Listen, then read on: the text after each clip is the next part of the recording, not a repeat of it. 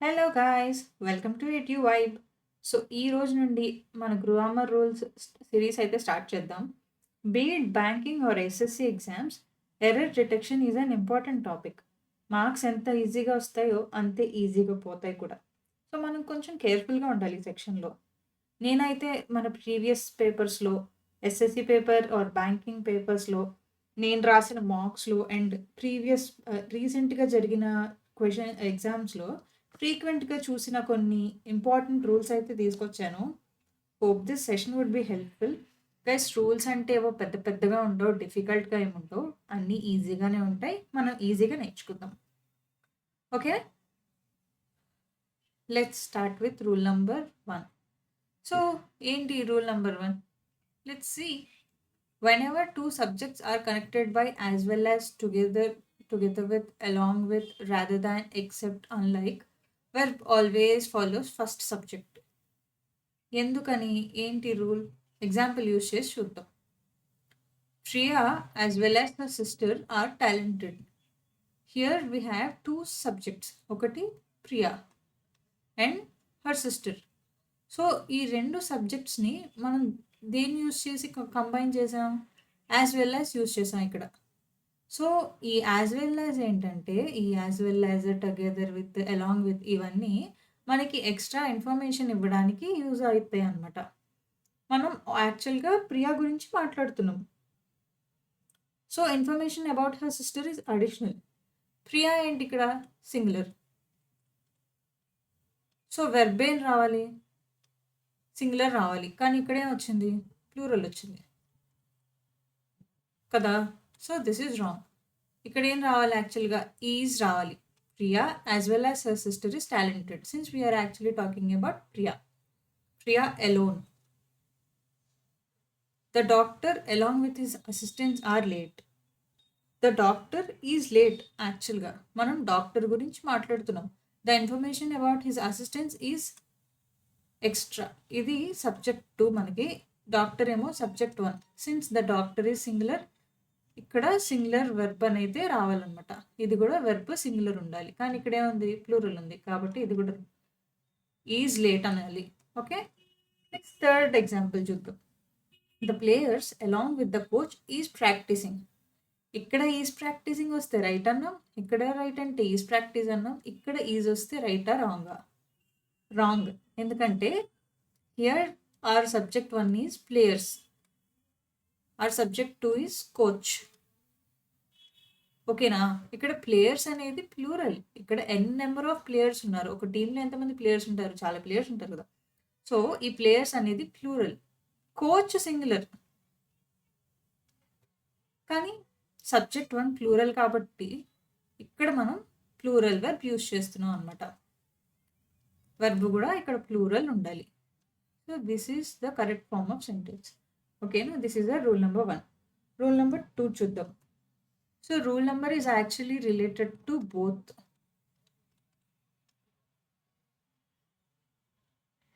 Here చూద్దాం ఇక్కడ ఏముందో.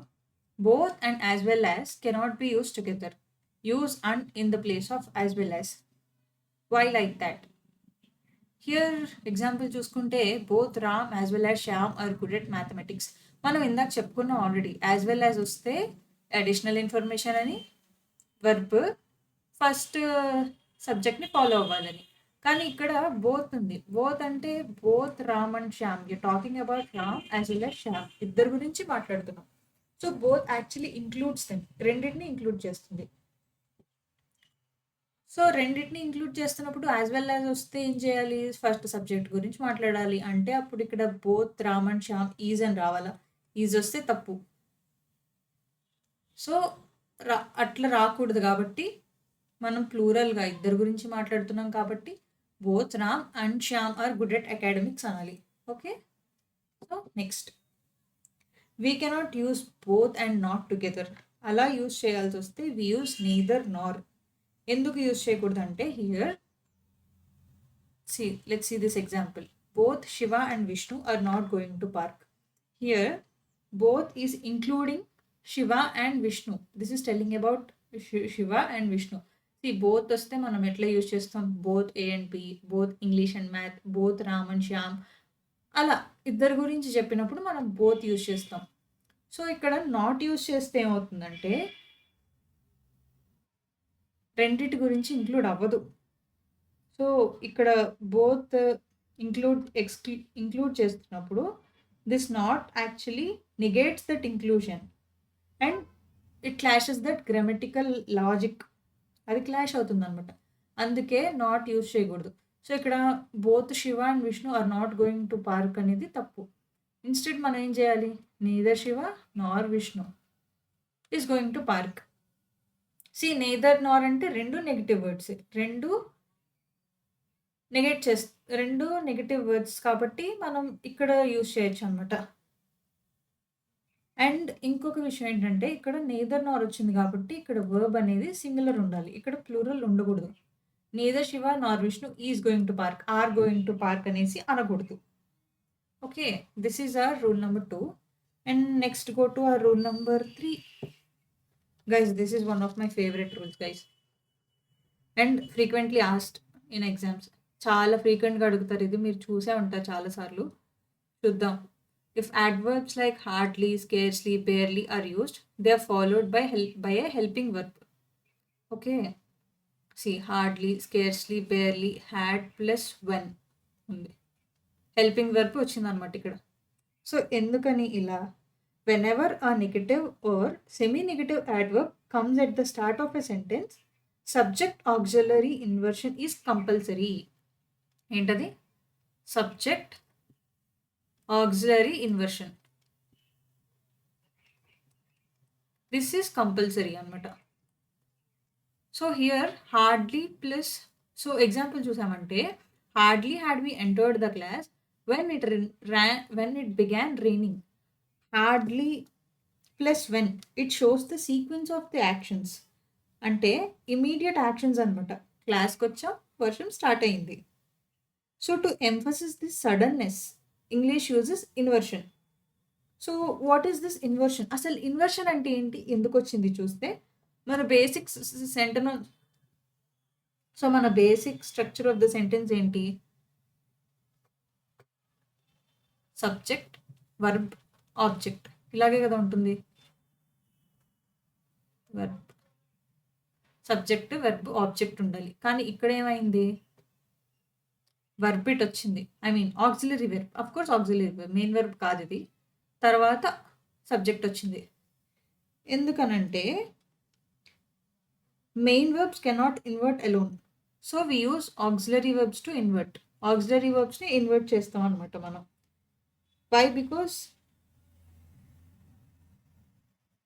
మనం చెప్పుకున్నాం కదా, 2 వెంటనే జరిగిన సిచ్యువేషన్స్ ఇవి. అప్పుడే క్లాస్లోకి వచ్చాం, అప్పుడే వర్షం స్టార్ట్ అయింది. సో, ఆ సడన్నెస్‌ని చెప్పడానికి మనకి, ఆ ఇంపాక్ట్ మనకి చూపించడానికి ఈ ఇన్వర్షన్ అయితే యూజ్ చేస్తాం అనమాట. Hardly had we entered the class when it began raining. ఇంకొకటి ఇక్కడ డెఫినెట్‌గా V3 ఉండాలి. హ్యాడ్, డిడ్ అట్లా అనమాట. ఓకే. అది కంపల్సరీ. నెక్స్ట్ వీటన్నిటికి వెన్ వచ్చింది. ఒక్క నో సూనర్ వస్తే మాత్రం దాన్ వస్తుంది. ఇదొకటి కన్‌ఫ్యూజ్ అవుతా ఉంటాం. హార్డ్లీ, స్కేర్స్‌లీ, బేర్లీ ఇవి ఏదొచ్చినా, సెల్డమ్, నెవర్ ఇవేవొచ్చినా వెన్నే వస్తుంది. ఒక్క నో సూనర్ వచ్చినప్పుడు మాత్రం దాన్ వస్తుంది. ఎందుకంటే no sooner shows immediate sequence. Like while, when ఏం చెప్తుంది? This tells time. No sooner అంటే it is a comparative degree అనమాట. సూనర్ అనేది మీకు కనిపిస్తుంది ఇక్కడ మీకు. Okay. Faster than, better than, easier than అట్లా యూజ్ చేస్తూ ఉంటాం కదా. అవన్నీ ఏంటి? కంపారిటివ్ డిగ్రీలో ఉంటాయన్నమాట. సో, ఇక్కడ సూనర్ కూడా కంపారిటివ్ డిగ్రీ ఉంది కాబట్టి మనం దాన్ యూజ్ చేస్తాం. ఎట్లా యూజ్ చేస్తాం? Ram is faster than Shyam, this is better than that, or it is easier said than done. So, comparative degree వచ్చింది కాబట్టి ఇక్కడ దాన్ అని అయితే యూజ్ చేస్తాం మనం. Okay. This is our rule number 3. So, next rule number 4. Guys, ఇది almost మనందరికీ తెలిసిన రూలే. కానీ ఎగ్జామ్లో వచ్చినప్పుడు మాత్రం ఫస్ట్ కన్ఫ్యూజ్ అయిపోతూ ఉంటాం. Usage of since and for. For is used for duration. Duration ఇంత డ్యూరేషన్ అని చెప్పడానికి ఫర్ యూజ్ చేస్తాం. And since is used to denote point of start. Exact point ఎప్పుడు పర్టికులర్గా ఈ పాయింట్కి స్టార్ట్ అయిందని చెప్పడానికి సిన్స్ యూజ్ చేస్తాం. లైక్ డ్యూరేషన్ తీసుకుంటే చూడండి, for 6 months, for 10 days, for a month, for 2 years అలా చెప్తాం కదా. అదే సిన్స్ అయితే since 9 o'clock, since 7 AM, since Monday, since 2013 అది సిన్స్ అనేది అలా యూజ్ చేస్తాం. సో ఎగ్జాంపుల్ చూస్తే I have worked here for 6 years. See, 6 years. This is the duration. Like how long have you been here, working here? Or next since చూసుకుంటే it has been raining since morning. ఒక particular time ఇది morning అనేది. Or since 7 o'clock. Okay, next since is always followed by simple past tense. ఎందుకు? As we already set that it denotes a particular point of time. Since denotes a particular point of time. The action was already done. So at that point, the action was already done. See, I have been waiting for my mom since the time I finished my work. I already finished my work and I'm waiting for my mom. So that's why they are expressed in simple past. And never use have or has after since. Okay na? ఈ since తర్వాత ఇక్కడ I have finished అని use చేయకూడదు. I have or I has finished అని use చేయకూడదు. ఇక్కడ ఏమైనా ఉండాలి? I finished. సింపుల్ పాస్ట్లో అయితే ఉండాలి. Okay, this is our rule number 4. And the next one, rule number 5. So the next rule is about errors of position. See the difference between its and it's. ఇది చాలా అంటే చాలా simple rule and చాలా confusing కూడా. నేనే ఎగ్జామ్లో చాలాసార్లు confuse అయిపోతూ ఉంటాను. ఇది వస్తే ఏంటో చూద్దాం, అసలు ఎందుకు ఇంత కన్ఫ్యూజింగ్గా ఉంటుందో చూద్దాం. సో ఇక్కడ it's denotes it is, while its denotes possession. So రెండు సౌండింగ్ సిమిలర్గానే ఉన్నాయి, ఇట్స్ ఇట్స్. కానీ డిఫరెన్స్ ఏంటంటే ఇక్కడ ఇట్స్ అనేది this is the short and form of it is or it has. Okay, so ఇక్కడ అపాస్ట్రఫీ ఏంటంటే ఇట్ ఈజ్ అనుకున్నా, ఇట్ హ్యాజ్ అనుకున్నా, దెర్ ఆర్స్ ఇక్కడ దీన్ని ఇట్స్ కింద రాసినప్పుడు మధ్యలో కొన్ని లెటర్స్ అయితే మిస్ అయ్యాయి కదా. ఇక్కడ ఎస్ మిస్, ఇక్కడ ఐ మిస్ అయింది, ఇక్కడ హెచ్ఏ మిస్ అయ్యాయి. సో ఇక్కడ కొన్ని లెటర్స్ మిస్ అయ్యాయి అని డినోట్ చేయడానికి ఇక్కడ మనం అపాస్ట్రఫీని అయితే యూజ్ చేస్తున్నాం. సో ఇక్కడైతే చూస్తే ఇట్స్ ఇది ఒక possession. It shows a relationship or ownership. ఓకేనా? అందుకే ఇక్కడ అపాస్ట్రఫీ పెట్టకూడదు. ఎగ్జాంపుల్ చూద్దామా? ఇట్స్ రైనింగ్ అవుట్ సైడ్ అంటే it is raining outside. It's been 10 years since we met. That means it has been 10 years since we met. ఎప్పుడో చాలా కాలం అయింది. It has been so long. The phone lost its charge. ఇక్కడ its అంటే ఏమనుకున్నాం? It is అనుకున్నాం. The phone lost it is charge అని ఉంటుందా? ఇది తప్పు. ఇక్కడ ఏం యూజ్ చేయాలి? Instead the phone lost its charge అంటే ఫోన్ దాని యొక్క ఛార్జ్, బ్యాటరీ అయిపోయింది, ఫోన్ ఛార్జ్ అయిపోయింది. సో రిలేషన్షిప్ అది. ఆ ఛార్జ్ దేనిది? ఫోన్ది. ఆ ఫోన్ యొక్క రిలేషన్షిప్ అనేది తెలుస్తుంది కాబట్టి the phone lost its charge. The dog wagged its tail. See its ఇక్కడ ఐటీఎస్ ఇట్స్ రాయకూడదు. ఇట్స్ రాయకూడదు ఇక్కడ. ఎందుకంటే ఇట్ ఈ స్టైల్ కాదు కదా. The dog wag it is style అన్నాం. ఇట్స్ టైల్ అంటే దాని యొక్క టెయిల్, అది డాగ్ యొక్క టెయిల్. ఆ డాగ్కి టెయిల్కి ఒక రిలేషన్ ఉంది, దాని ఓనర్, అక్కడ ఒక ఓనర్షిప్ అనేది అయితే ఉంది. అందుకే the dog wag it's tail. It's a beautiful day. దేనికి పొజిషన్? దేన్ని? ఆ బ్యూటిఫుల్ డే దేనికి రిలేటెడ్? దేనికి కాదు. కాబట్టి ఇది తప్పు ఇక్కడ. సో ఇక్కడ ఏముంటుంది? It is a beautiful day. ఇది కరెక్ట్ సెంటెన్స్ అనమాట. ఓకే, సో చాలా చిన్న రూల్ ఇది, కానీ ఈజీగా కన్ఫ్యూజ్ అవుతూ ఉంటాం. జాగ్రత్తగా చూసుకోండి కొంచెం. So guys, this is hour session for today. Hope you like it. మీకు ఒకవేళ టీచింగ్ స్టైల్ నచ్చితే please like and subscribe to my channel. నేనైతే కొత్త. So please support me guys. Thank you so much.